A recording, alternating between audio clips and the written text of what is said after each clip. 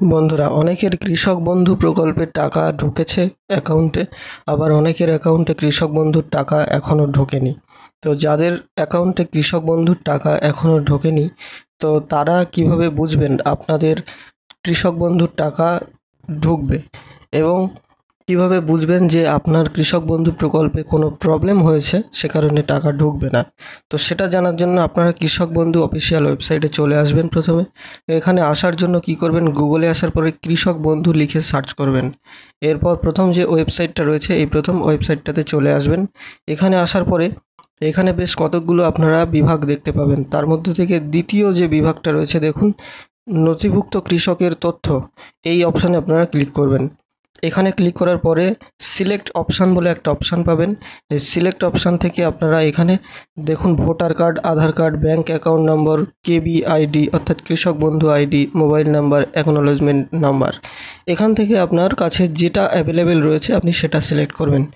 যদি আপনার কাছে ভোটার কার্ড থেকে থাকে তাহলে আপনি ভোটার কার্ড সিলেক্ট করবেন। তো আমি ভোটার কার্ড সিলেক্ট করার পরে এখানে আইডি কার্ড নাম্বার দিতে হবে। তো এখানে আমি ভোটার কার্ড নাম্বারটা দিলাম। দেওয়ার পরে এই যে I am not a robot, এই অপশানে আপনারা ঠিক করে দেবেন। ঠিক দেওয়ার পরে সার্চ বাটনে ক্লিক করবেন।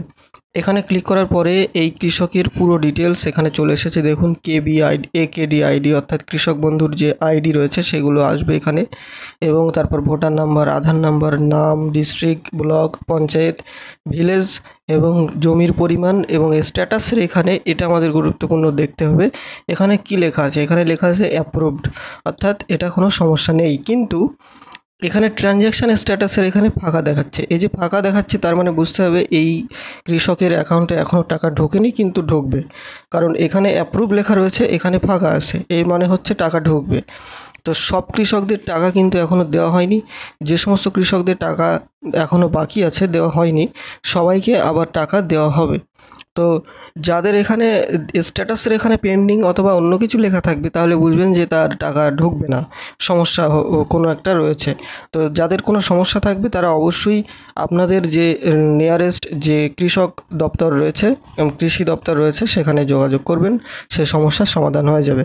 আর যদি আপনার এখানে অ্যাপ্রুভ থাকে তাহলে চিন্তার কোনো কারণ নেই। ট্রানজ্যাকশানের স্ট্যাটাসের এখানে যদি ফাঁকা থাকে, চিন্তার কোনো কারণ নেই, আপনাদের টাকা অতি শীঘ্রই ঢুকে যাবে অ্যাকাউন্টে। আর ট্রানজ্যাকশান স্ট্যাটাসের এখানে যদি লেখা থাকে যে ট্রানজ্যাকশান সাকসেস, এরকম যদি লেখা থাকে তাহলে বুঝবেন যে তার অ্যাকাউন্টে অলরেডি টাকা ঢুকে গেছে। তো বন্ধুরা, আজকের এই কৃষক বন্ধু সম্পর্কে আপডেটটি দেওয়ার জন্যই ভিডিও। যদি ভিডিওটি ভালো লাগে অবশ্যই ভিডিওটি লাইক করে শেয়ার করবেন। ধন্যবাদ।